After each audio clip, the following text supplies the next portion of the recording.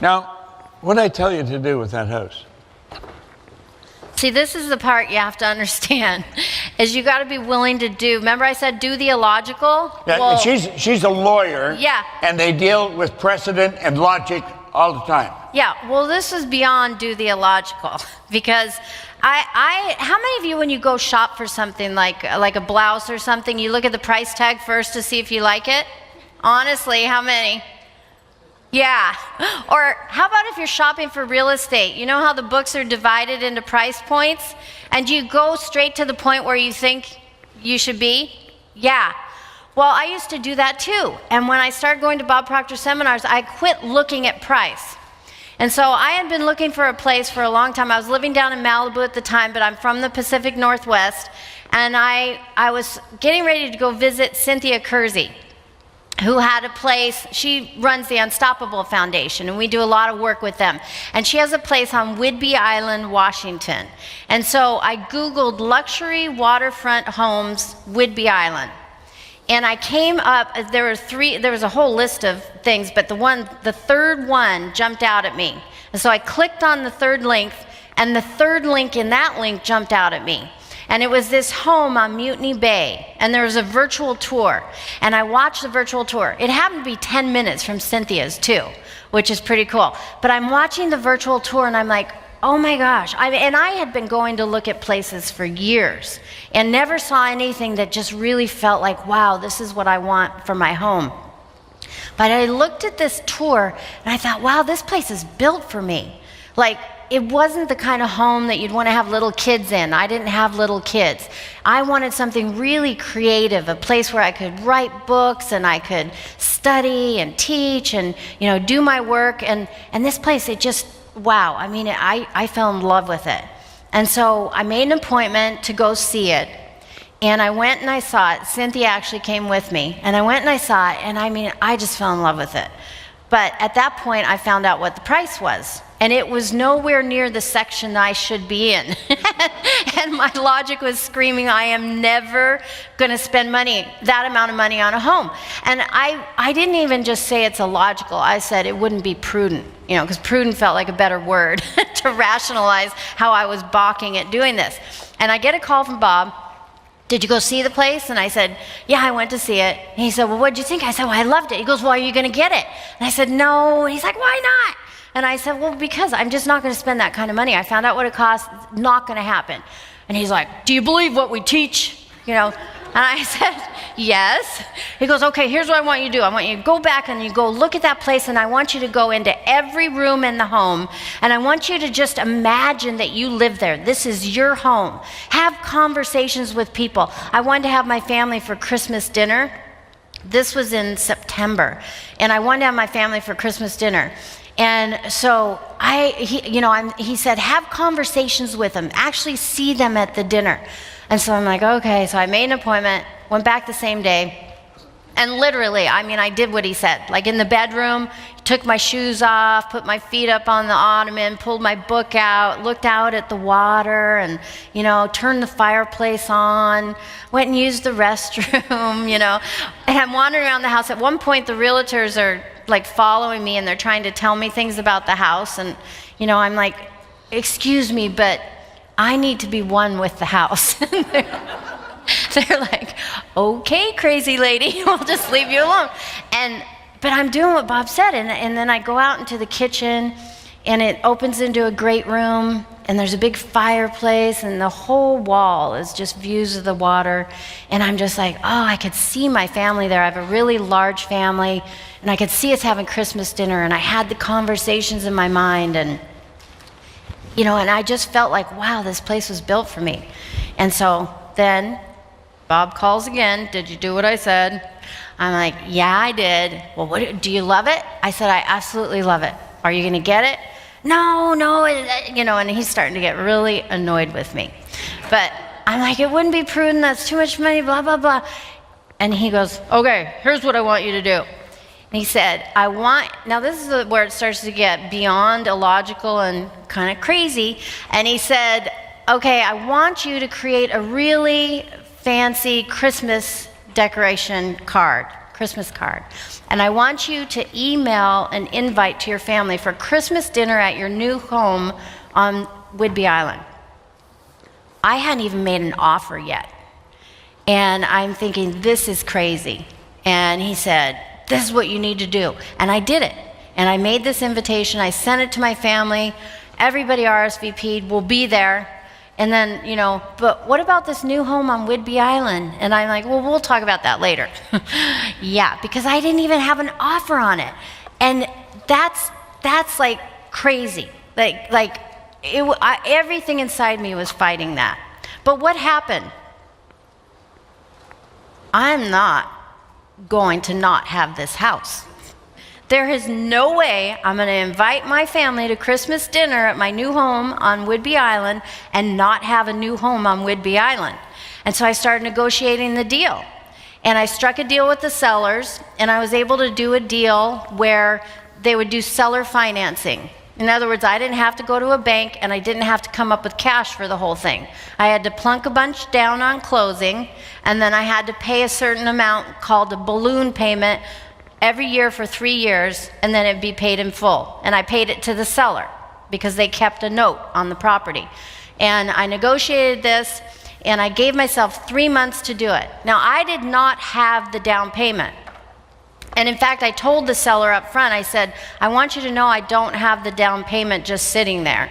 And he was like nervous. Whoa, wait a minute, maybe we shouldn't sign this contract. I said, no, I will have it for closing. And so he said, well, let's hold off on actually signing the contract until you've made good progress on getting the down payment. This is the house. Yeah. Oh, you've got the house. This is the house. This is the property. And so, it's so pretty, isn't it? And so I said, that's fine, but in my head, I had the contract. And what I did was I would watch this virtual tour. I had it playing on my iPhone, I had it playing on my computer, and the realtors were genius. They had a picture book, a color glossy picture book with pictures of all the rooms in the property and the water view. And I'd look at that all the time. And what I was doing was assisting my imagination in feeling the experience of living there. I'd already closed, in my imagination, I'd already closed on the property. I already had the money, and believe me, buttons were being pushed inside of me. Like, how am I gonna come up with that kind of money? I mean, it was a time when I had just gone through a divorce. It was really, a challenging time. And I just allowed myself, I would skip from the worry about how to do it, and I would flip over and understand the creative process and feel it as real that it already happened. I didn't have to think about how do I get the money that's outside there. I had it. You see what I'm saying? Like, I'm already there, and so then I can look back and say, well, how did I get there? And I can piece it together. It's a huge flip in your mind. You don't think of the place outside of you, you think from that place. And this is what we're going to get into about being in harmony with the laws, about being part of the creative process, about understanding something that we're never taught in school, that is the real power. And it seems so simple, but when you try to do it, it's not so simple. And you have to overcome all of that resistance inside and outside of you. And I did that, and I just kept flipping the switch. Already happened. Already have the down payment. Already paid all the balloons off. Had the Christmas dinner, wonderful Christmas dinner, wonderful experience. And I'd feel so good thinking about it. And I ended up closing early. I put more down than I had to, and I prepaid every balloon every year and had it paid off in full. There's huge power, but you have to be willing to do those illogical things. You see, I think the thing that made Sandy different and Phil different, they would do what I suggested, even though it was right out of the box. It was absolutely ridiculous to the average way of thinking. But you're not going to live an extraordinary life if you're going to operate with the average way of thinking. Most people never really make it happen big. And they're surrounded by people who do play it safe.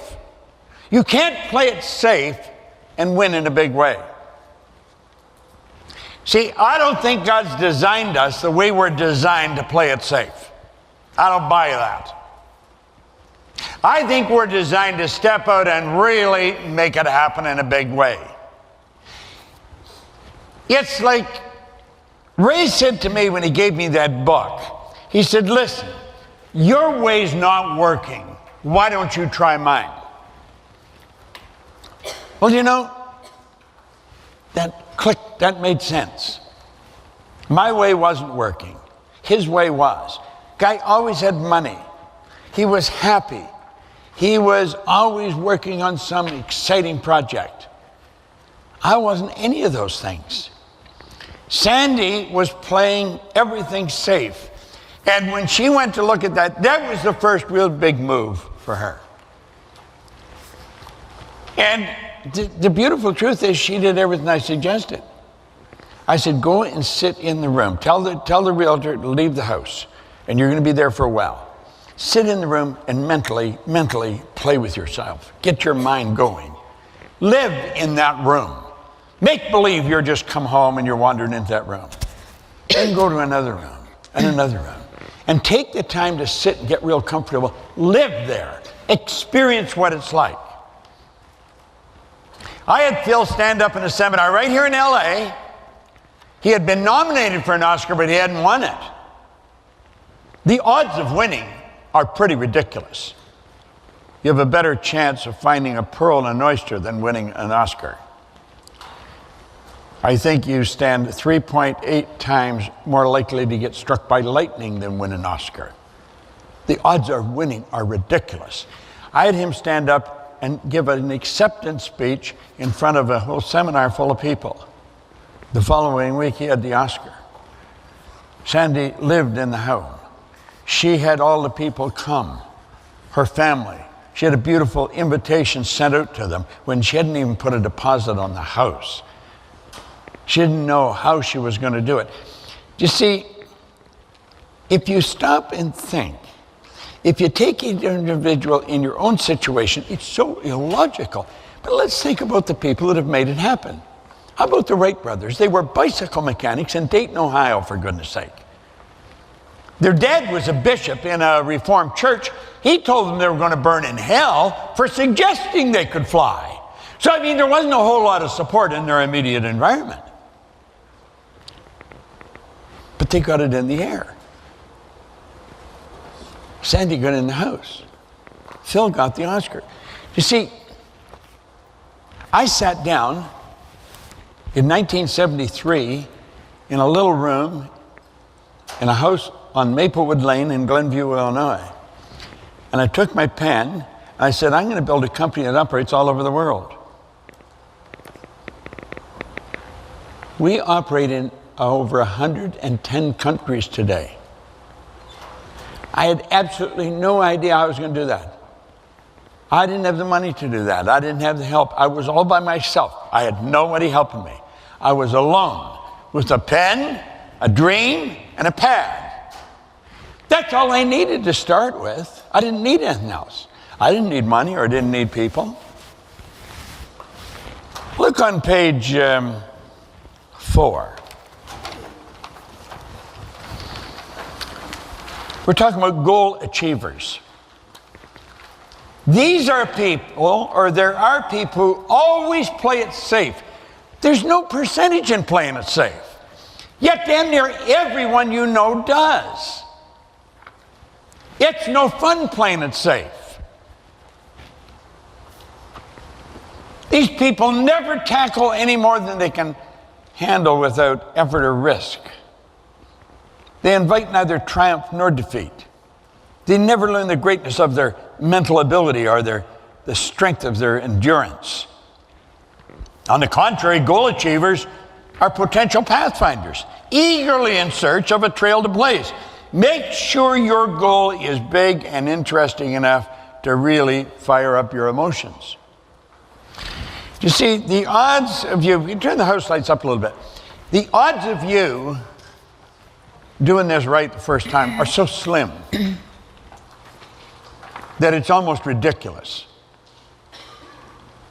It takes an enormous amount of courage to take your pen and write down you're going to do something that's right out of the box. That's not an easy thing to do. And most people won't do it. They've never done it in their whole life. I've often said, I wouldn't want to get to the end of the road. And my grandmother was like an angel of God, but when she died, she was 94, she was in a crib bed. Like they put a baby in with cribs, the side. And that is because they didn't want her to fall out. And I don't know, hurt herself. You'll see people tied into wheelchairs because they'll fall out if they don't tie them in. They're right at the end of the road. Their body it's spent. Now, grandmother's mind was sharp as a tack. I could sit and talk to her, and she would remember things she did when she was a little girl. There's a lot of people like her. There's a lot of people like the ones that are tied in the wheelchair. I want you to imagine that would be you. It's the end of the road. Your mind is as sharp as a tack, and you're reflecting over your life. You're thinking, I wonder what would happen if we had moved there. I wonder what would happen if I had to quit the job and started the business. I wonder what would happen if we had to borrow the money and bought that company. I wonder what would happen. If only I could take another run at it, get another bite at the apple. But you can't. Wouldn't it be a lot better to be like that and relive all those times? Yeah, I mean, if you lose big enough, it can be inspirational. I've lost big, yet it can inspire you. I think it would be a bitch to be at the end of the road and look back and wish, I wonder what would have happened. I don't want to be wondering I want to know what would happen and then relive it. And you know something? I think if I gave you a polygraph and really sucked the truth out of you, that's what you want too. But will you write it down then go out and do it? There's not many securities attorneys, the kinds that buy and sell banks, turn them public. I mean, these are smart people, that would do what I told Sandy to do. Most of them say, you're out of your mind. No way I'm not doing that. But she did it. Phil would phone me and he would tell me about he was telling me about a guy, he had an opportunity to shoot a movie over in Bulgaria. But the guy won't go. He won't go because there's a nuclear plant and he's not going near it. I said, Phil, see the movie being shot. Forget what he's saying. Don't listen to him. Listen to me. Build the picture. That guy not only went and shot the movie, he wanted to move there, for God's sake. I remember one of the big companies were going to sue him. They were suing him for a lot of money. I said, forget it. Don't even think about it. They're not going to sue you. They're just trying to rattle your cage. They're causing you problems. They got lawyers. That's all they got these lawyers for. I said, they're going to throw it all out. And you know something? They threw it all out. Here's the point. They would do some of these things I'm suggesting. You can ask yourself, will I do what they're going to suggest? See, it's not going to cost me anything if you do or if you don't. I'm doing what I'm suggesting. I'm doing it. Take a look in a second. The gold achievers make their own decision. Only you can decide. You see, it would have been so natural to Sandy to go to her dad. Her dad was an attorney. He was exactly the same as her, and a very good one, and he was her mentor. And she knew if she went to her dad and explained what I'm telling her to do, he'd say, honey, you don't need all that. Don't do that. The guy was so practical. Nice guy, but very practical. So she didn't go and ask her dad. You know, it's sort of nice having her and Phil here because they have both done these things the way I've lived my whole life. Like there's a side of me everybody thought was crazy. I thought myself every now and then, but only you can decide what your goal is going to be. Now you may be sitting there with your spouse and the odds are pretty good you'll say, well, what do you think, honey? Don't do that. Don't ask your spouse. When you got married, they didn't say this is an ownership. It was a relationship. We're not supposed to ask somebody else if we can do something. We're born free. God gave us the ability to choose. It takes guts to live this way. Now, if you want to play it safe and just do what the other people think, read what he says in there about opinions. He says everybody's got a flock of opinions ready to be urged upon anybody that will accept them. Yet it won't cost you anything. You can get opinions, it won't cost you anything. And that's what they're worth. See, why shouldn't we ask somebody? I'm not saying don't brainstorm with somebody, but when you follow your heart's desire, see, there's perfection within you. There is actual perfection. You're created in God's image. Perfect. There's perfection within us. There's a spark of idealism in our heart, inside of us. Yet it's that perfection that's seeking expression within through us that's causing us to want. My dear grandma that I was talking about, I mean, God bless her, she was an angel of God, but she didn't know. Yet she kept saying you should be satisfied with, well, she was wrong. You should never be satisfied with what you've got. You should be happy with it, but not satisfied. Dissatisfaction is a creative state. It's the spiritual essence of who you are wanting to open up in your consciousness. That's where wants come from. Now, when wants come from the inside, you don't have to go and ask anybody, what do you think? You know. You know. It takes courage to live this way. I had the good fortune of working with Ed Hillary. The only difference in him and anybody else I know was his size. He was a big guy.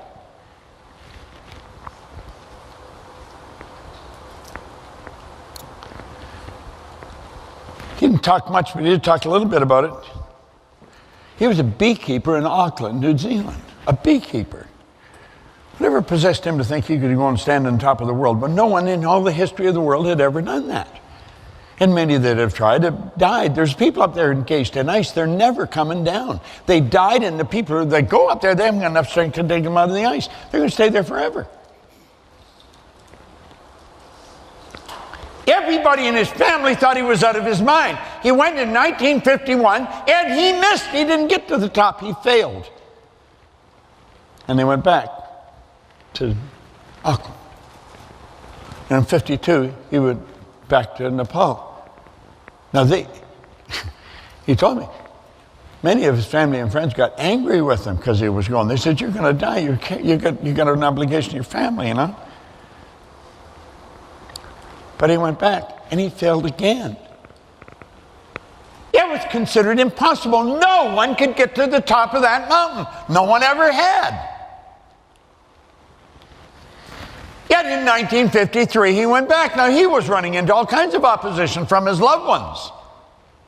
But in 1953, he and Tenzing Norgay stood on top of the world. Do you know there's been over 1,000 people do it since then? But they were the first ones. I think probably Sandy's the first in her family to accomplish what she's accomplishing. I was the first in my family. You see, most people don't do what they want. Now we say only you can decide what your goal is going to be. Although another person, your spouse, your parent, employer, or associate may offer suggestions, you and only you can make the final decision. No one else can help you. There's no one in the entire world capable of setting your goal for you. If they try, and they probably will, do not permit it to happen. You will not commit yourself to someone else's goal or one you set to please someone else. You just won't do it.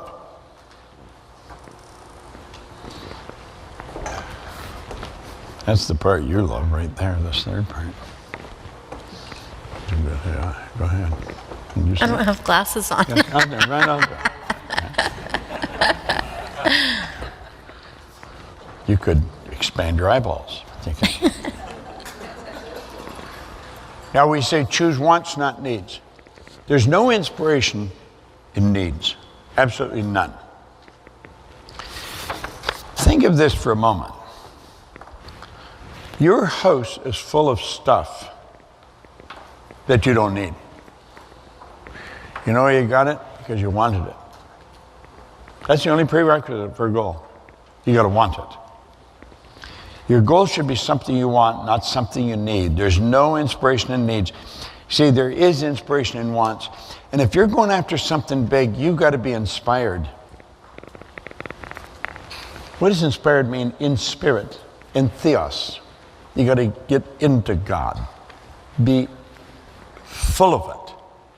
You've got to let that inspiration flow into your consciousness. That'll cause you to reach and stretch and go where you've never been. That'll cause you to do things you maybe never even dreamt of before. The goal does not have to be logical. In fact, you'll probably be much more inspired if it's totally illogical. That's such a tough one for most people.